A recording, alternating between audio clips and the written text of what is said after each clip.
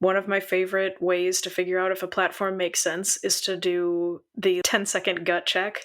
Do you enjoy using the platform as just a human? Do you like the platform? You're listening to the Keep Optimizing podcast to increase your traffic, improve your conversion rates, and grow your profits. Hello and welcome. I'm Chloe Thomas, the host of this e-commerce marketing focused podcast. If you're not familiar with our format, well, each month we focus on a different marketing method. Could be email, SEO, maybe Facebook ads. And each week I interview a different expert to explore the latest advice on making it work for you. This month we've been all about organic social media. That tricky topic that we all know we should be doing, but so many of us fail to really make work. Last time we tackled one of the toughest questions in organic social media. What should you post? What should you post? As we talked about in that episode, how to create the content calendar that will drive your organic social success. In this episode, we're exploring another tough organic social question. Where should I post? Which platforms, which networks should you be using? And our guest has a different approach to the normal one. You'll all have heard, where's your audience hanging out? We're not talking about that today. We're talking about something far more interesting and I think far more impactful. So prepare to have your opinions shifted. And make sure you listen right to the end of the episode, because at the end of the interview, my guest is going to be sharing her quick-fire insider tips to help you maximize the performance of your organic social media, and I'll share my take on it all too. So stay tuned to the end. Do you have a problem only an awesome piece of e-commerce tech can solve? Is your e-commerce tech stack not quite fit for purpose anymore? Then why not explore the latest technology on offer at e-commerce tech? We are going through a hugely changing time in the tech landscape at the moment, and if you want to be bringing the best results you can in your business, then you need to be on top of what's going on in the tech space. To find out that and much more, head to keepopt.com/tech. That's keepopt.com/TECH. keepopt.com/tech to find all the best tools for your e-commerce store. In this episode, I'm chatting with organic social media expert Carolyn Zick. Carolyn has been helping brands use organic content marketing to get in front of their ideal customers since 2015. She's the founder of Axe Enterprises. Hello, Carolyn. Hello. Thank you for having me on. Brilliant to have you here. How did you get into organic social media? By accident. Back in 2015, I actually had a good friend who was doing some marketing and hating it on their own. So we actually bartered with goods from her garden for me to manage her Facebook page. And after I was moving away, I was like, okay, that's done. She's like, no, I'll pay you. And I was like, oh, okay. So I set up a business. And that was, almost 10 years ago now. That's crazy to think about. But from there, I was like, I actually really enjoy this. So I'm completely self-taught. Everything I've learned has been through trial, error, lots of data, lots of experimentation, and a lot of having fun. If you're not having fun doing organic social, then you should really be doing something else. For sure. Yeah, I think it comes through in the text or the images if you're low energy or high energy, personally. There's definitely good days to do it and bad days to do it. Yeah, and that's, doubly true for any people who are female in the audience, because we have 28-day emotional and energetic cycles. And that's not at all what we were going to talk about today, but very worth noting. Well, it is. There are definitely better weeks for writing and getting the content created than other weeks. Some weeks should be all about scheduling and other weeks should be about putting keys to the keyboard. See?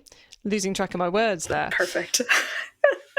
So, Carolyn, like you said, we're not here to talk about how those 28 days affect women and their ability to organise social media, although it would be a cracking topic for an episode. Oh man, let's do that next time. Yeah, next time we will do that. Watch all the men turn off. Or not, depending on how it goes. They shouldn't, because it makes you such a better human to understand how other humans work. So true. Right. Before we tangent off into that for the next 20 minutes, We are here to help the audience work out which platform they should be doing social media on. Organic social media takes a lot of time, it takes a lot of focus, it takes a lot of energy. So it's super important we work out which platform, we make good decisions about which platform to be on. Should we be on Facebook? Should we be on Instagram? Should we be on TikTok? Should we be on Threads? Where should we be for the sake of our business? So how do we start making decisions around this, Carolyn? So for the decision-making process, when I'm doing either, with a larger client, right, doing kind of some almost like vendor analysis or platform recommendation, it's the same as if I'm working with a small business or a local regional business. The same questions apply, right? Whether it's a gigantic department I'm talking to or a team of one. And these suggestions are really different than what I feel like most marketers recommend when you're trying to figure out where to show up. A lot of the resources that I see online that are helping you figure out and vet which platform to use, a lot of them focus on who shows up on the platform, what's the demographic like, is that a match to your audience? I truly just throw all of those in the garbage. I'm like, I don't care. That's a hot take and very controversial, but I feel very strongly that whatever platform a portion of your audience is likely on it, the more important thing is to look at instead some internal factors that are going to either help or hinder your long-term success on a platform. So with the disclaimer that everything I'm about to say assumes that the experts, nerds, fellow marketeers that are listening have their audience figured out. They already know who they're talking to, and they have strong business goals that their social strategy ladders up to. If you don't have those things, figuring out a platform is going to be a lot harder. Still doable, but it might not be the best use of your time. You should figure out your audience and your business goals that you ladder up to instead. So, boring disclaimers out of the way. Cool. Carolyn, loving the boring disclaimers. And before we get into the how-to, I just want to unpick a few of the things you just said there, because I think the disclaimers, the point about know what you're actually trying to achieve, set some goals, know who your audience are, so crucial to get right before you go any further. And for me, that links in really is a really important piece with what you were saying earlier about the potentially controversial point of view of don't base your decision based on where the audience are, which I think it kind of like, it's like clickbait headline worrying. And then the more you think about it, the more you're kind of like, actually, she's probably got a point here. But what I love about your disclaimer is you're going, it doesn't matter where your audience are. Oh, but by the way, that doesn't let you get out of knowing who your audience are. It's like, this isn't a get out of jail free card not to care about your audience. No, not at all. And you should know who you're talking to. And that's a whole topic for a whole other series of episodes. A lot of times, I mean, in case you haven't noticed, I have a lot of strong feelings about different marketing things that differ from my peers, and figuring out your ideal audience is a whole other can of worms that I have a lot of thoughts on that aren't the typical kind of census data, right? It's a lot more about behaviors and who they are at their core than like they're a 45-year-old woman with an income of this much. You're like, that's not as impactful, right? That's a whole tangent. But, those disclaimers, right? Like, you have to know your goals, because if you have a goal and you haven't defined it yet and you start building out a social strategy, and then you find out from executive leadership that the strategy you built out is actually counter to what the business is trying to do. Very basic example, early on in my career, I was working with a local business, and I was developing content kind of in the dark, developing a strategy, because that's what they hired me to do, was to develop and implement this strategy. And a lot of the content was, the call to action was to dial your phone and call into this business. I get a conversation with the owner, and they're like, we cannot have people calling in. Our staff does not have time to answer the phones. that really changes how you market stuff online. If you feel like, if you realize, oh, that can't be a call to action at all. Because now I'm setting up the audience for frustration when they call in and they don't get answered. The staff is frustrated because the phone's ringing more now. Like that's not a win. So knowing the business goal of no phone calls and easier time for the staff, that helped a ton, right? And then that informs where I'm going to show up too. Love it. Okay, let's dive in to the how do we start working out our platform. So we're not going to start, we've already said, we're not going to start by looking at where our audience are. So where do we start, Carolyn? So again, like if you're working with an entire department or a single person, you are going to need to look at the type of content that is on the platform that you're considering. So whether that's all social media or you're on a couple different platforms, you're thinking of adding one, look at the type of content that's on the one you want to be on potentially, or that you're just considering. Does that type of content resonate with things your brand is able to create? Just start there, answer that, yes or no. Is that something that's conceivable to create? So at the simplest level, we're saying, if you can't create images, don't go on Instagram. If you if you can't create video, don't go on TikTok. Well, I mean, absolutely with TikTok, that is a whole thing, right? Like I've had, when TikTok was really blowing up, I had so many of my past and current clients emailing me, texting me, being like, TikTok? And I'm like, guys, calm down. And then, of course, I get the ones about Threads as well, which I think Threads is a little less threatening because it's not video. That's a whole psychological discussion.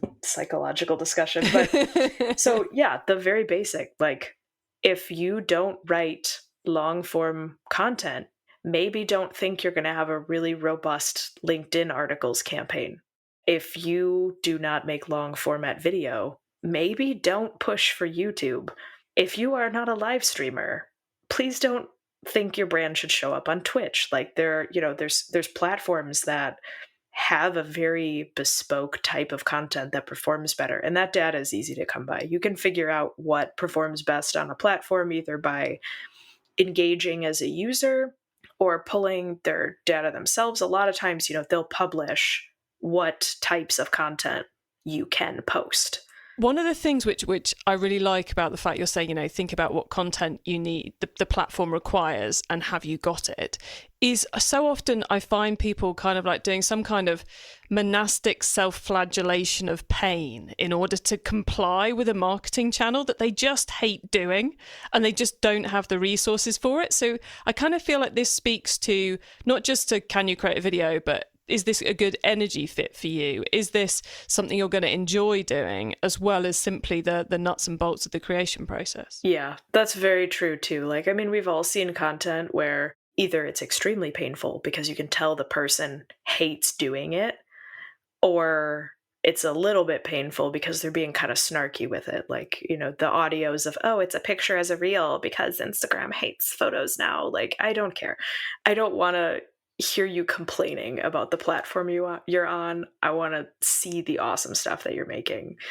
As a user, as a consumer, that's not the vibe I want. It's yucky, right? You're going to get camaraderie, like commiseration from other business owners or other marketers who are frustrated, but that's likely not your ideal audience. And is that an attitude you want to reflect on you? It's like I can quite easily do a viral post on LinkedIn by complaining about someone's payment terms or by sharing a terrible cold sales email I get sent.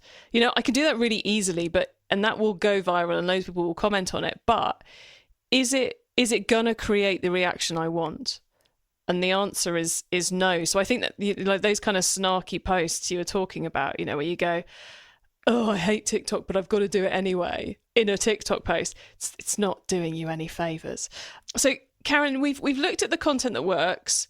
We're pretty confident we can create it. Is it as simple as that, or are there some more checks we need to do? Yeah, I mean, that your previous statement too kind of like leads into it, right? You were saying you can create a viral post on LinkedIn, but is that the behavior you want to encourage? Because that's the next thing, is about engagement. Mm-hmm. What kind of engagement happens on the platform? And is that something you want associated with your brand? LinkedIn is a great, your example is perfect. So thank you for setting that up. We could take the snarky cold sales email, because I actually just did a very cranky post about it, about InMail, because I was mad. Not the best reason to make a LinkedIn post, but I did it. And as I was doing it, right, like I always have the ability to kind of step back and look at it from the marketing perspective. I'm like, no, this is okay for me to be mad, because me as a community person and as a brand marketing person, this does upset me. And I do want people engaging with this content who either also feel, upset by it and want to change, or people who have questions about it. And they're like, well, what do you mean it doesn't work? I'm like, okay, let's have a meaningful conversation where I can, flex my expertise of why organic marketing is better than cold LinkedIn in-mail messages. And we can have this conversation that then forwards my brand goals of like having a platform where I talk about organic marketing over paid or cold marketing techniques, right? Like that's on brand for me. Whereas for you, it might not be. Like, sure, you could get a lot of engagement, but is that the type of engagement that's going to forward those brand goals that you have for yourself? Maybe not. You maybe don't want to work with people who are mad. Well, yeah, it makes total sense, because yours, there is a spin on it. There is an opportunity for you to hit your goals on the platform with the comments that come back from it and with the content itself. Whereas me complaining about someone's payment terms does not meet any goals at all, apart from potentially making me feel better. Right. But, so the type of engagement that we want, is that as simple as it's hard to do links on Instagram, so therefore if we want traffic to our website, we shouldn't be using Instagram? Is it that simple, or is it a bit more in depth than that? It can be that simple. If you're like, we really need to have links in our captions that are clickable, that could be a check. That's like, that's it. That's a strike against Instagram. I really can't be putting time into that platform just because that type of engagement, that type of redirection doesn't work as well. But you can also look at it from the human engagement, the human interactions, right, that could develop from those, and think about it in terms of that as well, right? So yes, it is that simple. And also no. I guess it all depends on those caveats you gave us at the beginning around knowing your audience and knowing what your objectives are, and that therefore defines the engagement and is it acceptable or not acceptable. So we've worked out our content fit, we've worked out our engagement fit.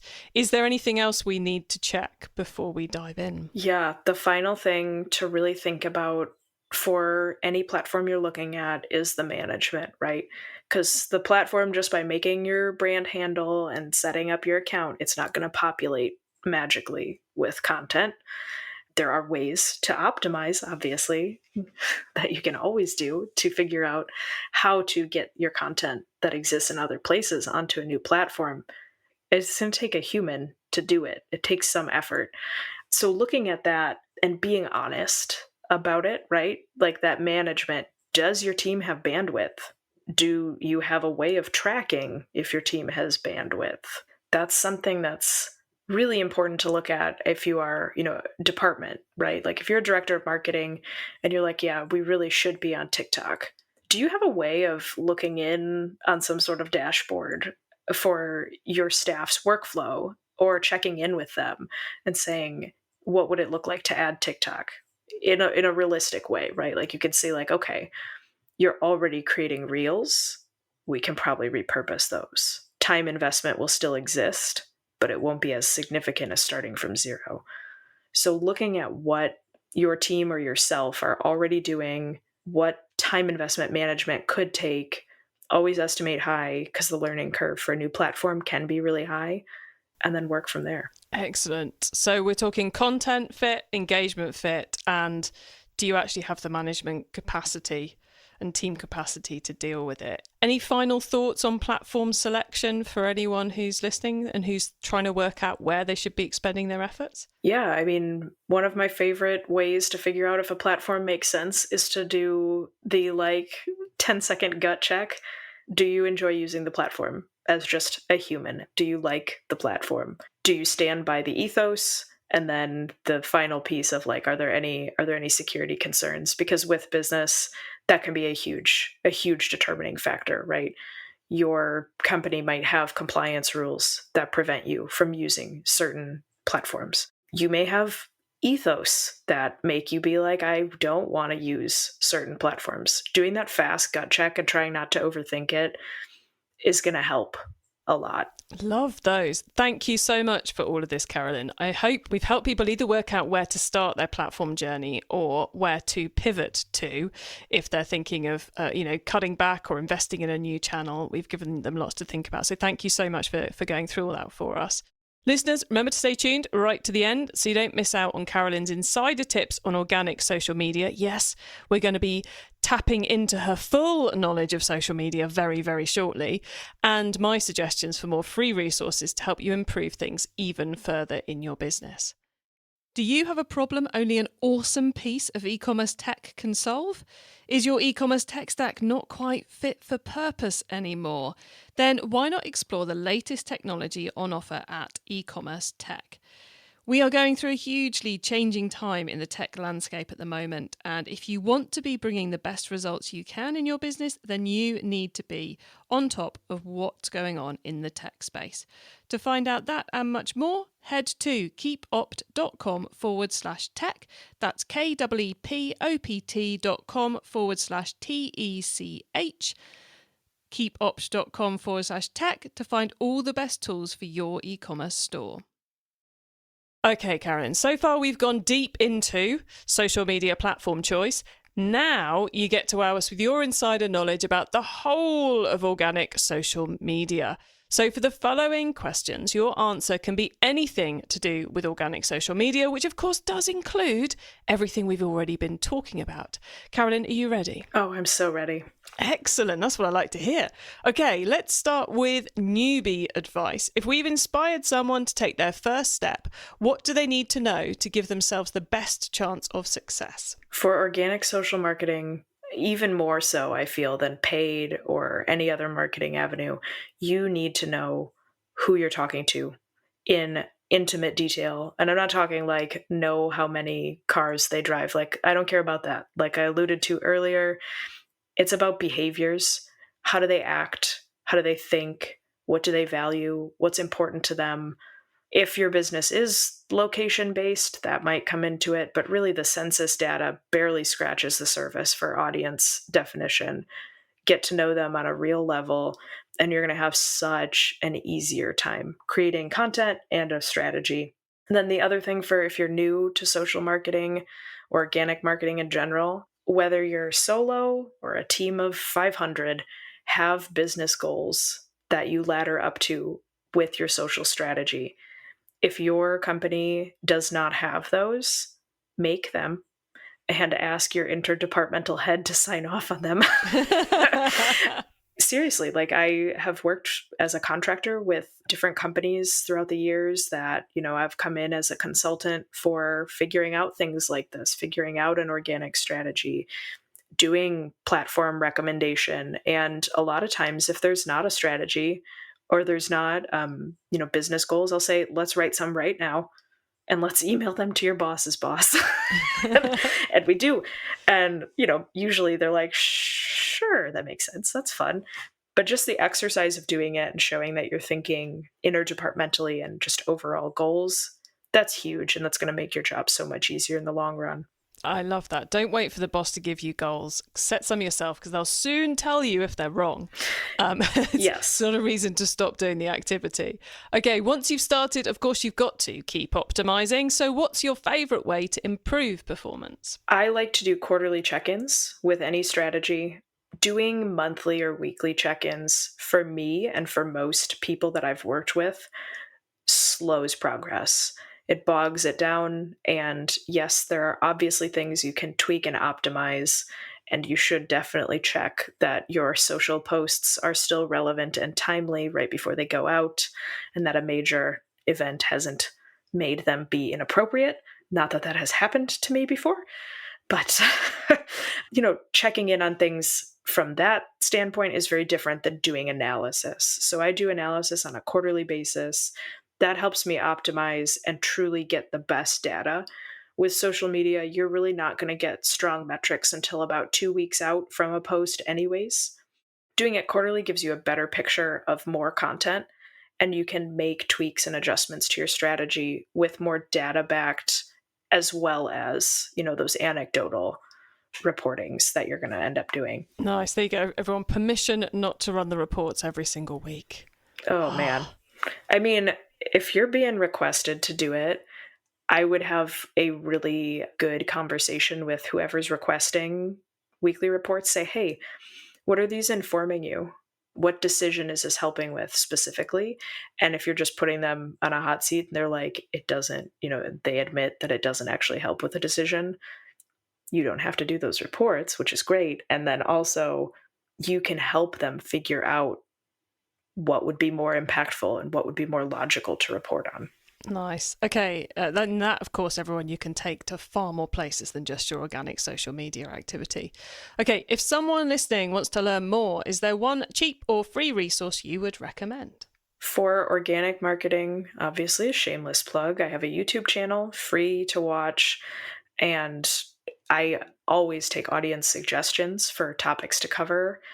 And my YouTube channel is the same as my business name, Bad Axe, AXE Enterprises. You can easily search me up there. My second recommendation for a free resource that is really useful and data-backed while also still being very beginner-friendly is the later.com blog. Later is a scheduling platform, and their blog is full of all sorts of different topics that they explore, case studies, and it's all robustly researched, but still just a fun read. Nice. Loving those two. A reading one and a watching one. I think that's got everybody covered. Finally, crystal ball time. What's coming up in the next 6 to 12 months that we should be getting ready for? Platform shifts are always going to happen. I think we're going to see a lot of different flexes and stretches from the existing social media giants, right? As they try to kind of redefine who they are in this sort of community everywhere era. I think we are also going to see the dust settle more with the whole X situation, right? That was a pretty big thing in the last 2 years that's caused disruption within the social sphere. But I think one of the biggest things is it's the human touch, right? With the rise of AI and popularity of all of that different types of content and tools, I think we're going to see in the next 12 months a return to and a love for verifiably human content and the return to the popularity of things that are less polished, more obviously a human making them versus the kind of crisp, clean, boring AI stuff that's been coming out. Yeah, everybody get ready for the pendulum to swing back to the raw and human. I think you're so spot on with that. Yes. Okay, Carolyn, we are nearly at the end of the show, so could you please let the listeners know where they can find you and your business, please? Yeah, I am most active on LinkedIn. You can find me under my full name, Carolyn Zick. I am the profile picture holding the axe. It shouldn't be hard to sort out. You can also check out my website, badaxeenterprises.com, or reach out to me via email, carolyn@badaxeenterprises.com. There you go, everyone. That's how you get in contact with Carolyn and her business, Bad Axe Enterprises. Carolyn, thank you so much for being on the podcast. It's been lovely hearing your refreshing take on all of this, and I'm sure you've helped a lot of the audience. So thank you so much for being here. Thank you so much for having me. It was a lot of fun. So a really lovely, refreshing take there on how to pick which platforms to be on. And you can do that at any point in time. You can do it when you start your business. You can do it when you think you've got the bandwidth to take on an additional channel. You can do it when you're going, nothing seems to be happening. How do we fix all this? They're your channels. You can choose which platforms you want to use and when you want to use them for your business. So loving that process. Is there a content fit? Is there an engagement type fit? Is there a management fit? Simple as that. You can get links to all those things we discussed, the full transcript of the episode, important notes and more at keepoptimizing.com. Or you can use our special direct episode short links. That's keepopt.com/ the number of this episode, put that in the URL bar, and you'll go straight to the correct page on the website. When you get to the website, do make sure you add yourself to our email list so you don't miss out on any of the many things I share to help you improve your business. Thank you so much for tuning in to this episode of the Keep Optimizing podcast. Our whole set of episodes about organic social is now live, so please do have a listen to them all. Either scroll up your podcast feed or use the short link keepopt.com/social to find all our organic social content on our website. Our next masterclass topic is TikTok. So make sure you tune in next Wednesday to catch that. And with TikTok Shop just having gone live in the US, I have a feeling it's going to be a popular month. And we will be covering TikTok from all possible angles across 5 different episodes. So make sure you tune into all of those and make sure you're subscribed to us or following us on your favourite podcast player so you don't miss a thing. If you know someone who's particularly interested in organic social or TikTok at the moment, then please do let them know we're covering it all, as this show exists to help you and them improve your marketing.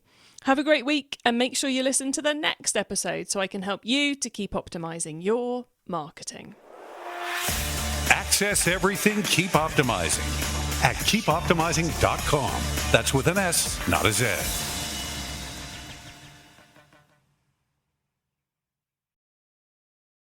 Find the latest e-commerce tech at keepopt.com/tech.